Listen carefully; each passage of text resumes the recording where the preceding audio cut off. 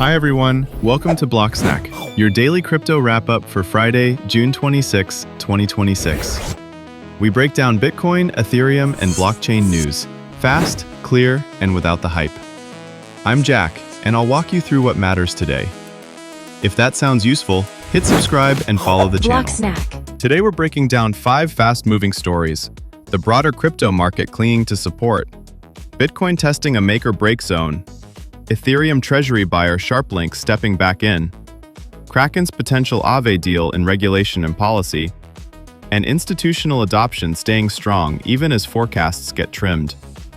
Quick reminder, this is an educational news update, not financial advice, and crypto markets are extremely volatile. Let's start with the full market picture, because this is not a calm tape.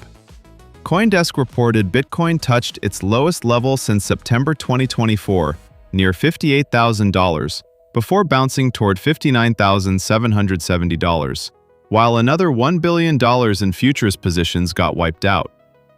Ethereum was also under pressure, slipping further as the broader market stayed weak. The research brief adds that Bitcoin is still more than 50% below its all-time high, near $126,000. Bitcoin futures open interest rose to 778,000 BTC, and Bitcoin's 30-day implied volatility index climbed to 53%, its highest since early June. Translation: traders are active, nervous, and still leaning into downside protection or outright shorts. Now, Bitcoin itself is the center of the drama. Bitcoin Magazine highlighted the $58,000 to $60,000 zone as critical support. And the brief says this is the third time Bitcoin is testing that area. That matters because if buyers fail to defend it, the next deeper decline could point toward the low 40,000s. At the same time, technical analysis in the brief says Bitcoin is in a downtrend, but showing possible stabilization. The catch is that confirmation would require 2 to 3 weeks of price stability.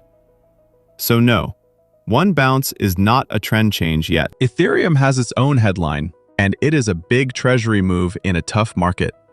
The Block and CoinDesk both reported that Sharplink bought Ethereum for the first time in 8 months, adding 5,000 ETH.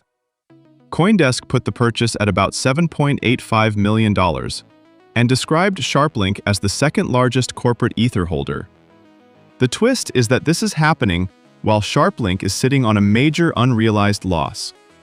The brief says it holds about 876,285 ETH, worth around $1.3 billion at current prices, but faces an unrealized loss of roughly $1.79 billion because ETH is near $1,555 versus an average acquisition cost around $3,609. For regulation and policy, the source context is really about market structure and DeFi deal-making rather than a new law.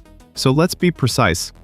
CoinDesk reported Kraken is in talks to buy a 15% stake in DeFi lender Aave at a $385 million valuation.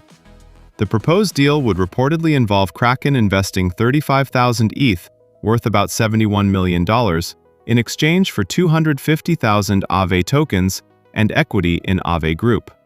That is, a major centralized exchange looking deeper into DeFi infrastructure. Finally, institutional adoption has a classic crypto contradiction. The rails are improving, but price forecasts are getting more cautious.